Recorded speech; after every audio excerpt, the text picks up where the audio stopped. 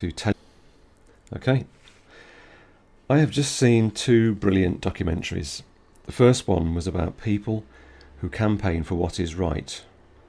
It was so inspiring, I just wanted to tell you about it so you could see it at home. I'd invite you to my place, but it might be a bit small. Anyway, I would then watch the second documentary called Stop Mutilating Our Girls. Oh yes, I remember the first one. It was about two teenagers who just spent every weekend campaigning about something, shouting about something that was right, and they were so buzzed up on it always, and so positive, and they didn't think of it as hard because they just really got a lot from it because they were doing the right thing. It was just amazing stuff. Anyway, the second documentary was called Stop Mutilating Our Girls, and I just think we need to do something about this. It's hideous. Just a hideous, hideous crime. If these people were true believers, then they are saying that God made something that wasn't right, that shouldn't be there. That by doing this, you think that in our complete perfection, made by God, you dare to tell him that bit was wrong. I'm going to chop that bit off. And the Jews do it, and all sorts of people do it, and it's completely wrong. We wouldn't want it for our own girls. So we need to do something about this, and I'll tell you about that later. We need to talk about this to young people in schools to see what they think about it, and then they need to write it and write a story about it and really, really remember it. And then if they can do something to stop it, they should do something. That would be an incredible life-changing adventure. So I'm just going to read some of my other notes. We start small and we do something really worthwhile. We demonstrate that we are good people. Our demonstrations become not about something awful that somebody's trying to do because, it makes sense to them. Our demos can be demonstrations of what we can do as a human species. We need to go beyond the law if it doesn't help us. We need a new law based on equality and justice. And justice isn't man-made laws that always go wrong.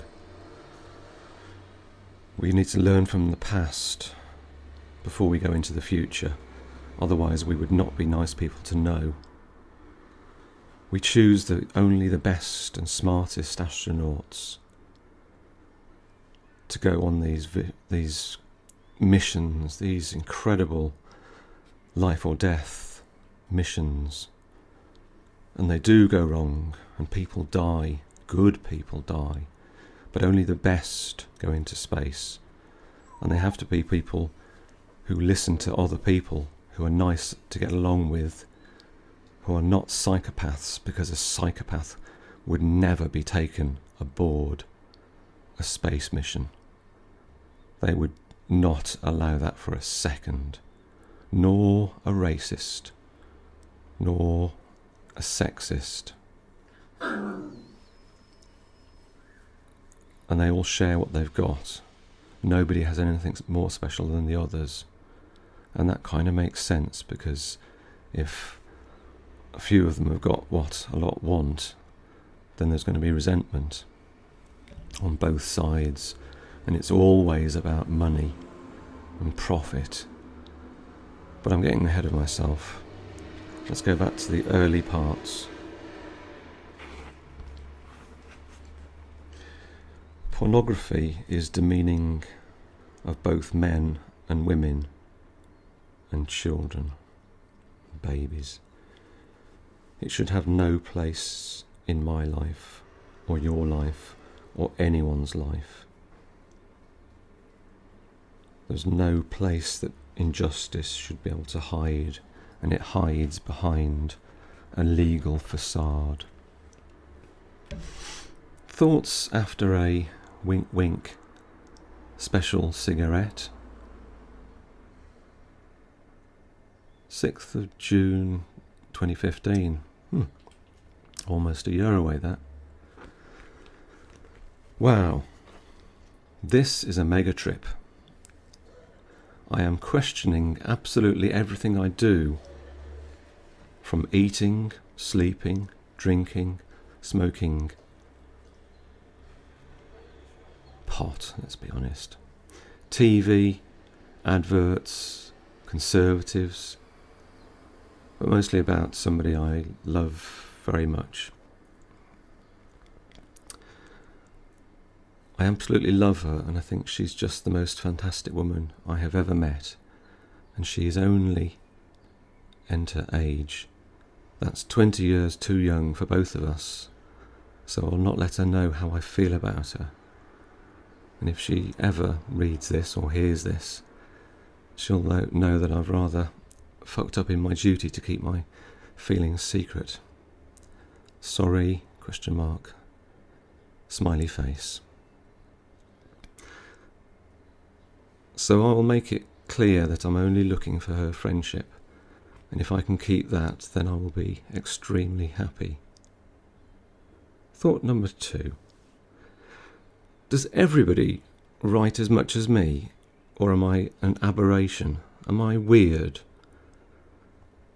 I know that my brother writes a lot. Brilliantly, I think. He writes what he wants to say by means of his stories. He may not have time to write as much as I do, of things I do for myself to read, which I love, by the way, full stop. I need to quit worrying about writing in the third writing to an adopted child overseas. You know, you pay a couple of quid and you get to sponsor a kid. And it's just not very much really, but sometimes it takes me weeks or months to reply. Sometimes I used to be very good, but now I just get slower at it. And it feels almost like an imposition, but of course it isn't. I mean, it's giving something really valuable to children and their parents and everyone who relies on them. It helps everyone, the whole village. And when everyone's pulling together, we make a very good job of things. But when we separate people into this or that, based on the colour of the skin, birth circumstances, altitude, over a river, nationalities, like we're all different just at the border. It's just ridiculous, and yet we just carry on doing this. It's so uncivilized, and we are a civilization. If we want to be a great civilization, we can be. If we want to be not so good, really, then we can be. We have that freedom to make up our mind about what is the logical choice. Do we want to have a really fantastic planet to live on, where everybody is looked after, just to basic needs? Because we'd always want basic needs for us and the people who look a bit like us, or a lot like us, or sound like us, use the same sort of language as us. We all want to belong to something, and we always want to belong up, not down. I'm middle class professional, health professional, degree, all that stuff. But lots of people are professionals. My friend is a professional builder and decorator. He does a very good job. But it's about anybody that works does what they find works well for them. My cleaner, the cleaning lady, She lives on an attachment to the house. Everyone should have, really. And she does a great job, and she has OCD. And this is a perfect job for her. She just does what she really enjoys. She loves lining things up and sorting things out, and she's done a fantastic job on my 3-bedroom detached house. It's brilliant. She's done fantastically well. Anyway, I'm sort of going off topic a bit, really, but people should do what they're really good at, and we shouldn't reward one more than another. If you're very good at caring, and you care for children, then you should be paid easily as much as somebody who does just basically admin, or something that doesn't really do much good for anybody, really. And we call these things boards, and the ones in control, basically. You get the picture. So I'll come back to that one.